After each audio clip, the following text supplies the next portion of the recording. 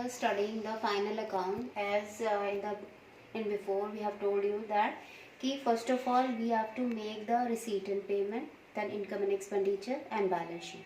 Here we are just concentrating on the receipt and payment account of the non-profit organization. See, this is the account, all it is side and this is the credit side. It is just like the cash book, like all the receipt come on the side, all the payments come on the credit side.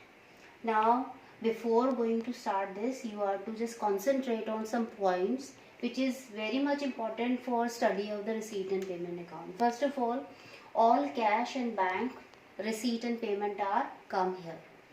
Whether it is a bank receipt or payment or a cash bank receipt and payment, cash receipt and payment, both will come in the receipt and payment account. Second one is the opening and closing balances are there. The receipt and payment account always start with the balance. Either it is an overdraft balance or the overdraft closing, or simply the opening balances. So the receipt and payment account always start with the opening balances and end with the closing balance.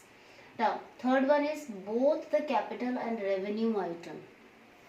In the receipt and payment, both kind of the items, whether related to the capital or the revenue, both are coming here. There is no distinction.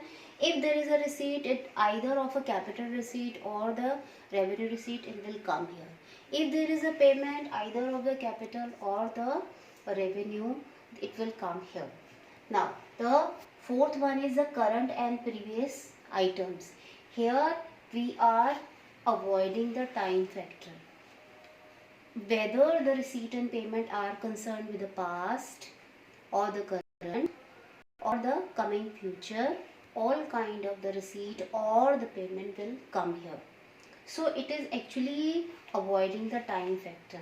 We are here noticing all kind of the receipt in the debit, all kind of the payment on the credit, whether it is to the capital nature or the revenue nature.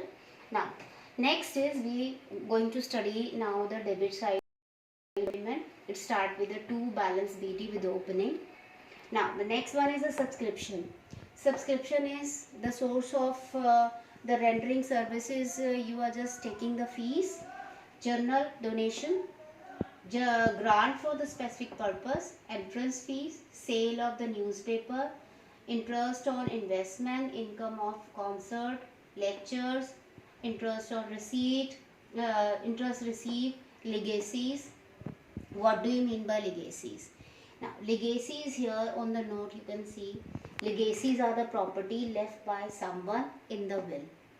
Okay. Now next is the endowment fund. Endowment fund is also here given in the note. It is an investment made by or on behalf of the foundation that use earning from the investment to fund for its operation. So endowment fund is used for the benefit of the NPO, and it is just like the investment, and what is coming as an investment we are using for the running of the NPOs. Next is the sale of fixed assets. It also come here. Whatever is coming as a receipt will come here. Next is the receipt of the specific fund like match fund on the prize fund. Come to the credit side. Here all the payments will be noting down, like the salary and the rent, postage or advertisement expenses, newspaper or magazines, repairs, audit fees, honorarium. Honorarium is also the payment given for the professional service that are rendered normally without charge.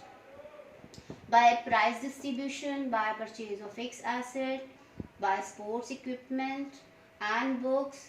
It is when we are going to purchase something. In the sports equipment, if you are running a club, you will buy some sports equipment, so it will come here. If you are paying or if you are purchasing, you have to pay for. If your organization is related to the library, then you have to purchase. If you purchase the books or something, you have to pay for it. That's why it is coming here. By building, by loan, when we are paying or repaying the loan, it will come to the credit side. And it is the last. This is the, when we balance it, it is a closing balance.